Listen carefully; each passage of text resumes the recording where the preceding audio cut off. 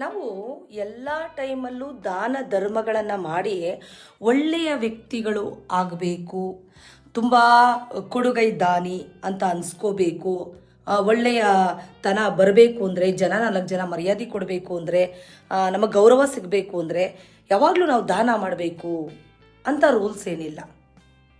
ಆದರೆ ಒಂದನ್ನು ತಿಳ್ಕೊಳ್ಳಿ, ನಾವು ನಿಜವಾಗಿಯೂ ಬೇರೆಯವರಿಗೆ ಒಳ್ಳೆಯ ವ್ಯಕ್ತಿಗಳಾಗಬೇಕು ಅಂದರೆ ನಮ್ಮಿಂದ ಯಾವತ್ತೂ ಯಾರಿಗೂ ತೊಂದರೆಯಾಗಬಾರ್ದು. ಆ ರೀತಿಯ ಬದುಕನ್ನು ನಾವು ರೂಢಿಸ್ಕೋಬೇಕು.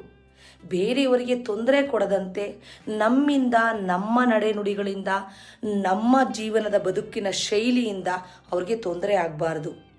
ಆ ರೀತಿ ನಾವು ಬದುಕೋದೇ ಆದರೆ, ಅಂದರೆ ನಮ್ಮ ಪಾಡಿಗೆ ನಾವು, ಅಂದರೆ ಅವರ ಸಂಕಷ್ಟವನ್ನು ಕಂಡರೂ ಕಾಣದೇ ಇರೋ ರೀತಿಯಲ್ಲ.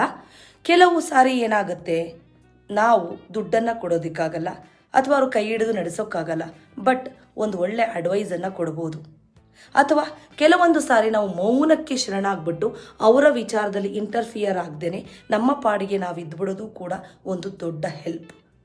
ಅಂದರೆ ಏನೋ ಮಾಡೋದಕ್ಕೋಗಿ ಮತ್ತೊಂದು ಎಡವಟ್ಟುಗಳನ್ನು ಮಾಡಿ ಮತ್ತೆ ಕಷ್ಟದಲ್ಲಿ ಕಷ್ಟ ಕೊಟ್ಟು ಅವ್ರಿಗೆ ತೊಂದರೆ ಕೊಡೋದರ ಬದಲಾಗಿ ಅವರನ್ನು ಅವರ ಪಾಡಿಗೆ ಬಿಟ್ಟುಬಿಟ್ಟು ನಮ್ಮ ಪಾಡಿಗೆ ನಾವಿದ್ದು ಬೇರೆಯವ್ರಿಗೆ ತೊಂದರೆ ಆಗದಂತೆ ಬದುಕೋದಿದೆಯಲ್ಲ, ಅದೂ ಕೂಡ ಜೀವನದ ಒಂದು ದೊಡ್ಡ ಮಹತ್ವದ ಸಾಧನೆಯಾಗಿರುತ್ತೆ ಅನ್ನೋದನ್ನ ನೀವು ಯಾವುದೇ ಕಾರಣಕ್ಕೂ ಮರಿಬೇಡಿ. ಅಂದರೆ ನಮ್ಮ ಜೀವನದ ಚೌಕಟ್ಟೇನಿದೆ, ನಾವು ಹೇಗೆ ಬದುಕ್ತಾ ಇದ್ದೀವಿ, ನಮ್ಮ ಆದರ್ಶಗಳು ನಿಲುವುಗಳು ಬೇರೆಯವರಿಗೆ ಉಸಿರುಗಟ್ಟಿಸ್ತಾ ಇದೆಯಾ, ಇಲ್ಲ ಓಕೆ ಪರವಾಗಿಲ್ಲ ಅವ್ರ ಪಾಡಿಗೆ ಅವರೂ ಕೂಡ ಬದುಕೋದಕ್ಕೆ ಅವಕಾಶ ಮಾಡಿಕೊಡ್ತಿದೆಯಾ, ಇವೆಲ್ಲವನ್ನು ನಾವು ಕೂಲಂಕುಷವಾಗಿ ಪರಿಶೀಲನೆ ಮಾಡಬೇಕಾಗುತ್ತೆ. ಪ್ರತಿ ಸಾರಿ ಎಲ್ರಿಗೂ ದಾನ ಮಾಡಿಕೊಂಡು ಒಳ್ಳೆಯನಾಗೋದಕ್ಕೆ ಯಾರ ಹತ್ರನೂ ಸಾಕಷ್ಟು ಪ್ರಮಾಣದಲ್ಲಿ ದುಡ್ಡಾಗಿರ್ಬೋದು, ದವಸ ಧಾನ್ಯ ಆಗಿರ್ಬೋದು, ಪವರ್ ಆಗಿರ್ಬೋದು, ಮತ್ತೊಂದಾಗಿರ್ಬೋದು, ಮಗದೊಂದಾಗಿರ್ಬೋದು ಇರೋದಿಲ್ಲ. ಏಕೆಂದರೆ ಅವ್ರಿಗೂ ಕೂಡ ಅಸಹಾಯಕ ಪರಿಸ್ಥಿತಿ ಅನ್ನೋದು ಇರುತ್ತೆ. ಕೊಡಬೇಕು ಅನ್ನೋ ಮನಸ್ಸಿದ್ರೂ ಕೂಡ ಅಸಹಾಯಕ ಪರಿಸ್ಥಿತಿ ಅವರನ್ನು ಕಟ್ಟಿ ಹಾಕ್ಬಿಟ್ಟಿರುತ್ತೆ.